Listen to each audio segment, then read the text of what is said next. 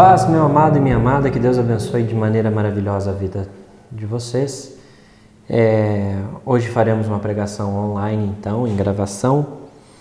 E eu quero ler um texto que, na realidade, eu já compartilhei durante esta semana com os irmãos, mas neste momento eu quero estar explanando, aprofundando um pouco mais, que é a parábola do joio e do trigo. Tá bem, meus irmãos? Então, abram a Bíblia de vocês em Mateus capítulo 13, versículo 24. Mateus capítulo 13, versículo 24, diz assim, ó. Jesus propôs outra parábola, dizendo: O reino dos céus é semelhante a um homem que semeou boa semente no seu campo. Mas enquanto todos estavam dormindo, veio o inimigo dele e semeou joio no meio do trigo e foi embora. E quando as plantas cresceram e produziram fruto, apareceu também o joio. Então os servos do dono da casa chegaram e disseram: Patrão, o senhor não semeou boa semente no seu campo? De onde então vem o joio? Ele, porém, lhes respondeu: Um inimigo fez isso. Mas os servos lhe perguntaram: O senhor quer que a gente vá e arranque o joio? O dono da casa respondeu: Não, porque ao separar o joio, vocês poderão arrancar também com ele o trigo. Deixe que cresçam juntos até a colheita. E no tempo da colheita, direi aos ceifeiros: Ajuntem primeiro o joio e amarrem-nos em feixes para ser queimado. Mas recolham o trigo no meu celeiro. Aí um pouquinho mais para frente, se os irmãos quiserem ir e ver, no versículo 37, Jesus começa a explicar a parábola do joio. O versículo 37 do mesmo capítulo diz assim: E Jesus respondeu: O que semeia a boa semente é o Filho do Homem. O campo é o mundo. A boa semente são os filhos do reino, o joio são os filhos do maligno, o inimigo que o semeou é o diabo, a colheita é o fim dos tempos e os ceifeiros são os anjos. Pois assim como o joio é colhido e jogado no fogo, assim será no fim dos tempos. O Filho do Homem mandará os seus anjos que ajuntarão do seu reino todos os que servem de pedra de tropeço e os que praticam o mal, e os lançarão na fornalha acesa. Ali haverá choro e ranger de dentes. Então os justos resplandecerão como o sol no reino de seu Pai. Quem tem ouvidos para ouvir, ouça. Isso daqui é uma parábola bem conhecida, só que uma mensagem forte, uma mensagem que realmente impacta as nossas vidas. Então, antes de continuar, vamos estar orando? Baixe a sua cabeça, ore comigo. Senhor Jesus, nós clamamos, Pai, que o Senhor faça resplandecer a Tua luz, Deus, sobre a nossa vida, que nós possamos entender de maneira profunda o Teu texto, Pai, aquilo que o Senhor tem escrito, Pai, dedicado a nós. E nós clamamos, Pai, que não somente venhamos entender, mas que também nós consigamos colocar em prática, Pai. Aqueles que nos escutam, Pai, eu lhe clamo que o Senhor esteja abençoando a vida deles e que o Teu Espírito Santo toque no coração de uma maneira tão clara que essas pessoas possam entender do Teu Evangelho e praticá-lo. Em nome de Jesus, amém. Amém. Meu querido, o texto ele está trazendo uma verdade bem simples, mas vamos entender um pouquinho o contexto do que estava acontecendo. No capítulo 12, Jesus estava fazendo muito milagre, estava fazendo muita coisa, era um dia só. Se você ler o capítulo 12 de Mateus, você vai ver que Jesus ele expulsa demônio, ele cura uma pessoa com a mão ressecada, e o dia começa com os discípulos andando no meio de uma plantação, e era um sábado. Então, eles estavam com fome e pegaram um pouquinho de trigo, esfregaram em suas mãos, debulharam o trigo em suas mãos e comeram, porque estavam com fome. Assim começou o dia. E os fariseus, que eram os líderes religiosos da época, olharam aquilo e já começaram a questioná-los, né? Mas eles não guardam o sábado porque eles estão trabalhando, ou seja, eles estavam comendo. Mas daí eles já consideravam isso como um trabalho. Então, o dia de Jesus começou um dia pesado. Então, depois ele foi na sinagoga, ele pregou na sinagoga. E depois disso ele veio então para lugares em campos abertos, para atender o povo, para estar perto do povo e pregar para ele. Algo interessante se notar é que a maioria das pregações registradas de Jesus são em campos abertos. Isso não significa que Jesus não pregava em sinagoga. No capítulo 12 fala que ele estava pregando numa sinagoga. E em Marcos capítulo 1 diz que ele foi em todas as sinagogas da Galileia, pregando de sinagoga em sinagoga. Então Jesus ele pregava na igreja, como eu faço todo final de semana, ou como nós fazemos, todo final de semana, quando não tem quarentena, é claro, nós sentamos juntos, congregamos. Só que algo interessante na vida de Jesus é que ele não apenas pregava na igreja ou vivia o evangelho dentro da igreja, ele também o vivia para fora. E a vida fora da igreja, digamos assim, a vida cristã era tão intensa, mas tão intensa fora da igreja que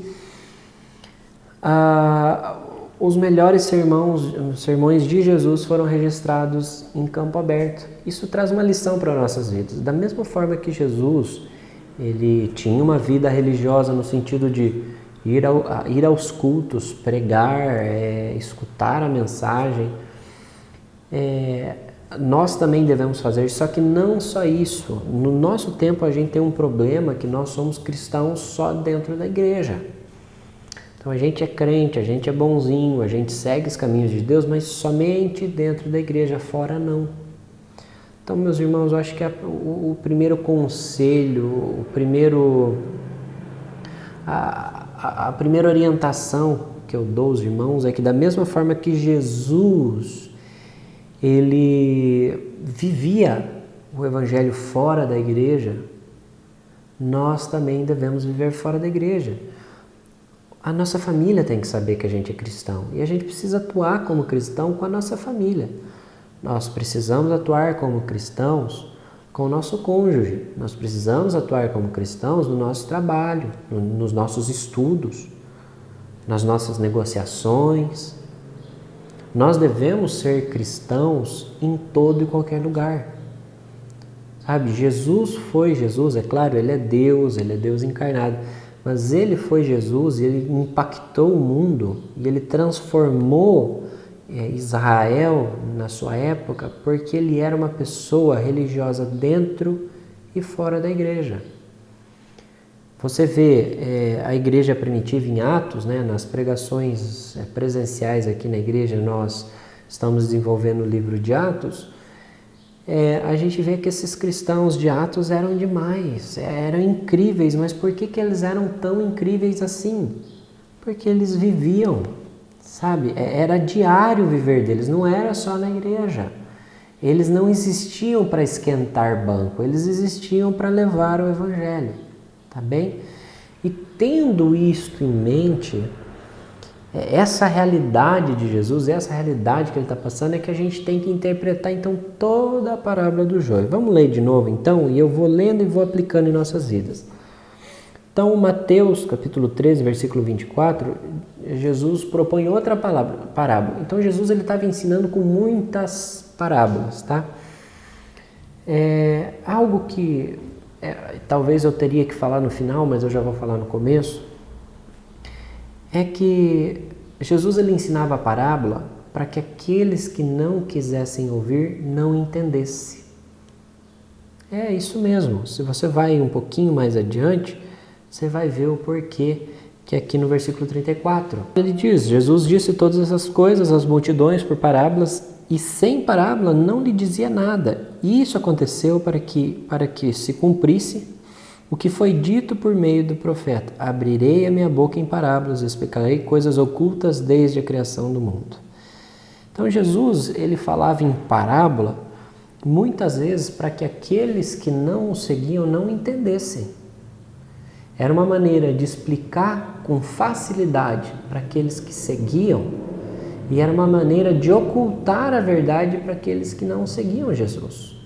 Então, se você lê essa parábola e você não a entende, mesmo agora, talvez comigo explicando, significa que muito provavelmente você não seja um seguidor de Jesus.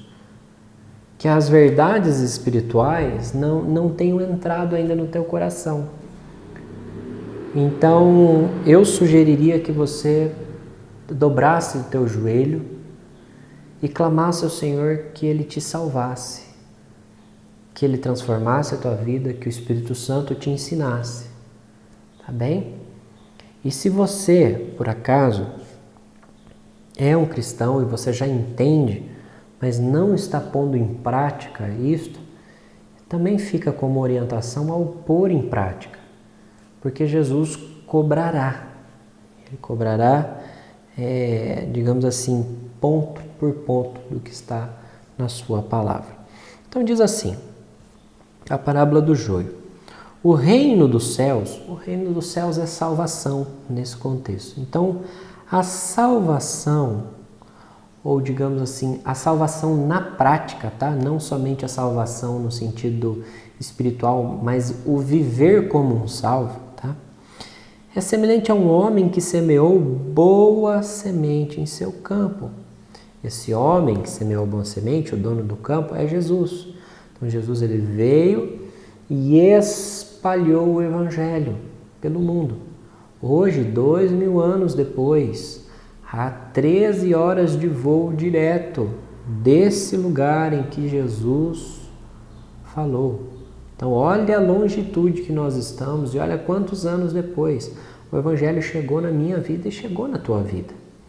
Então, Jesus ele veio e ele espalhou o Evangelho pelo mundo. Então, ele semeou a boa semente. Então, ele semeou, ele lançou o Evangelho frutificou, as pessoas se converteram. As pessoas entregaram a sua vida e começaram a ser seguidoras de Jesus.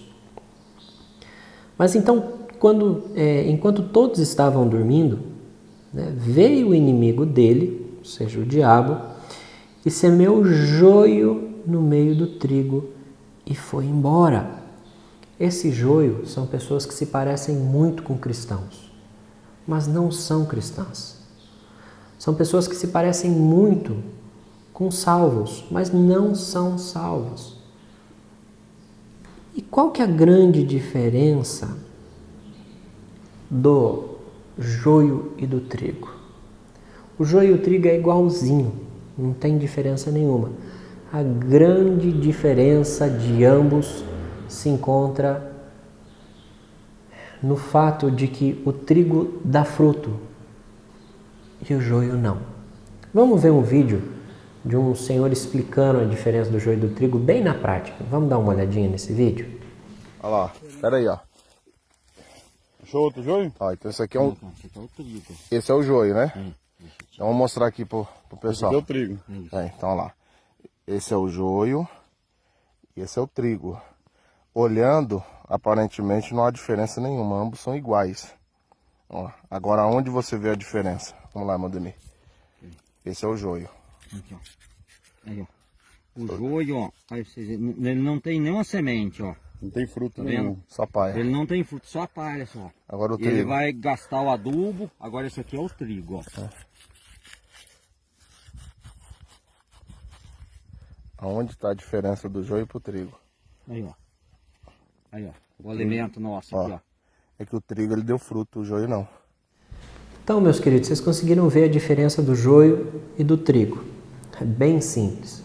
Então, como se você sabe que o Espírito Santo entrou na tua vida e mudou a tua vida? Quando você começa a dar fruto. Então, conversão, sabe, regeneração, viver uma nova vida, não é por meio de dons. Então não adianta você falar em língua, não adianta você sair pulando, não adianta você profetizar, não adianta... Olha o que diz um texto de Mateus. Eles dizem assim: muitos dirão, eu fiz milagres em teu nome, Senhor. Mas Jesus fala, eu não te conheço. Senhor, eu profetizei em teu nome. E Jesus vai falar, eu não te conheço. Então, o que diferencia um não crente de um crente? Qual que é a luz que mostra diferente entre os dois? É que o cristão, ele produz fruto. O fruto é uma reação. O fruto é uma reação, é uma ação do Espírito Santo em nossa vida. Você vai ver lá em Gálatas o fruto do Espírito. Em várias partes em Mateus você vai ver que Jesus nos compara a árvores e que nós precisamos dar fruto. Ou seja, nós precisamos frutificar, nós precisamos, digamos assim, manifestar resultados espirituais. Tem muitos que dizem que aceitaram a Jesus, vêm à igreja e tal, mas não produz fruto algum, é estéril. Então, com essas pessoas, realmente tem que haver um cuidado, porque o evangelho entrando na vida das pessoas causa mudança. Causa mudança. Você peca, mas você se arrepende, você fala, meu Deus, eu não acredito que eu pequei contra o Senhor. De novo. Entende? Então é diferente isso. Então produz fruto de arrependimento, produz o fruto do Espírito. Então é uma vida com frutos. Não significa que vai ser uma árvore cheia de fruto, mas fruto tem que dar. Tem que haver mudança na vida. Senão algo tá errado. Tá bem? Então, vamos continuar lendo o texto.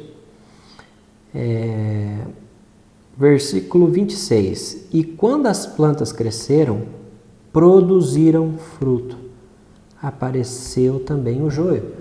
Então, quando as plantas crescem, quando há madurez na vida espiritual minha e tua, começa a se gerar mais frutos.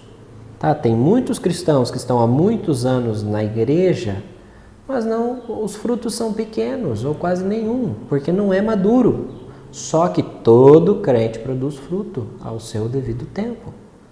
Tá bem? Quem não produz fruto é joio. Então, conforme o tempo foi passando, essa pessoa foi amadurecendo e foi produzindo cada vez mais fruto. A Bíblia diz, 30, 60, 100 por um. Então, realmente frutificador. E o que acontece? Essas pessoas que não são crentes, mas que parecem muito com crentes, se misturam com pessoas que são crentes e vivem às vezes a mesma vida. Hebreus diz que tais pessoas viram o dom da graça, viram milagres, escutaram do evangelho tal, mas não se converteram. E você tem que ter muito cuidado, se caso você é um desses casos, que Hebreus diz que se a pessoa faz por tudo isso e ainda nega o evangelho, para ela não se tem perdão. Entende? É o que a Bíblia chama de blasfêmia contra o Espírito Santo. Mas eu não vou entrar em muitos caminhos, né? Vamos concentrar aqui no texto. Então, qual que é a grande diferença do crente e do não crente? Que o crente, ele produz fruto. Tá? O não crente, ele pode ser muito parecido, pode ser ético, ele pode ser uma pessoa simpática, pode ser uma pessoa bem estruturada na vida, só que ele precisa de frutos, tá? Ele precisa de Jesus para produzir fruto. Aí os servos do dono da casa chegaram e disseram, patrão, o senhor não semeou boa semente em seu campo? De onde então vem o joio? Acaso você não pregou o evangelho puro a este mundo? De onde que vem esses então que não são teus servos? O Senhor quer que a gente vá e arranque o joio? É mais ou menos aquele negócio de Ananias e Safira, né? Que eles mentiram e caíram mortos diante de Pedro. Aí o versículo 29 diz assim, o dono da casa respondeu, não, porque ao separar o joio, vocês poderão arrancar também com ele o trigo. Ou seja, que Jesus está falando que não é para que os anjos matem aqueles que não são cristãos, mas ficam brincando com a vida cristã. Então, observação, Nós, no nosso contexto latino-americano, ou todo aqui na América, nós brincamos de ser crentes. Nós brincamos de ser crentes. Nós não somos crentes firmes de verdade. É que nem aquele filme A Tropa de Elite. Agora, nesse momento, o sargento bateria na nossa cara e falaria: você é moleque. Entende? Você é moleque. Você não é homem, é moleque. Então, nós, como cristãos, muitas vezes somos moleques. Somos umas crianças. Não somos sérios. Então, nós levamos muito na brincadeira o cristianismo. Mas existem vários textos que Jesus ele diz que ser cristão é cristão de verdade. Entende? Olha o texto de Ananias e Safira, olha o texto que Paulo diz assim: aquele que tomar a Santa Ceia de maneira impura está tomando para si juízo. Aí depois ele diz: não é à toa que muitos dentre vocês estão fracos espirituais, doentes físicos e outros até já morreram. Então, irmãos, ser cristão é uma coisa muito séria, muito séria. E nós devemos levar isso muito sério. Existe aquela frase que alguns dizem: só Deus pode me julgar. Aí existe uma outra frase que criaram que é muito boa, que é o seguinte: só Deus pode me julgar. E você não teme isso? Você não se amedronta com essa frase? Que é como se fosse uma desculpa. Não, é só Deus pode me julgar. Como se fosse que ele não fosse julgar.